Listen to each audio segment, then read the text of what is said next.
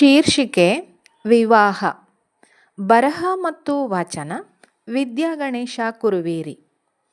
ಇದು ಒಂದು ಮುಕ್ತಕ ಕವನ.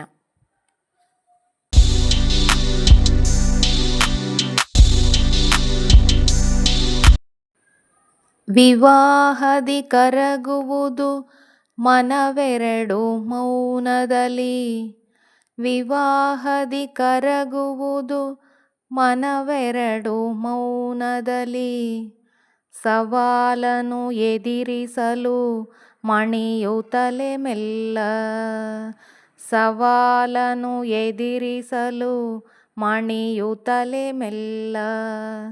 ನವಕನಸು ಕಾಣುತ್ತಲೇ ಸೆಣೆಯುವುದು ಬಾಂಧವ್ಯ. ನವಕನಸು ಕಾಣುತ್ತಲೇ ಸೆಣೆಯುವುದು ಬಾಂಧವ್ಯ.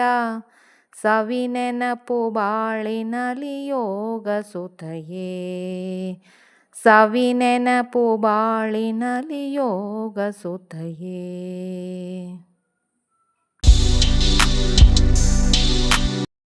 ಇದರ ಅರ್ಥ, ಮದುವೆ ಎಂಬುದು ಎರಡು ಮನಗಳ ಸೇರುವಿಕೆ.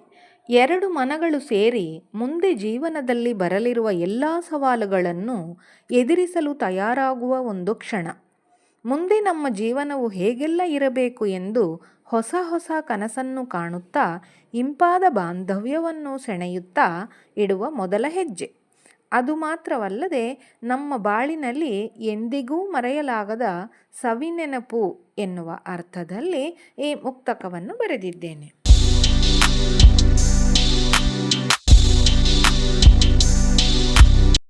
ಧನ್ಯವಾದಗಳು.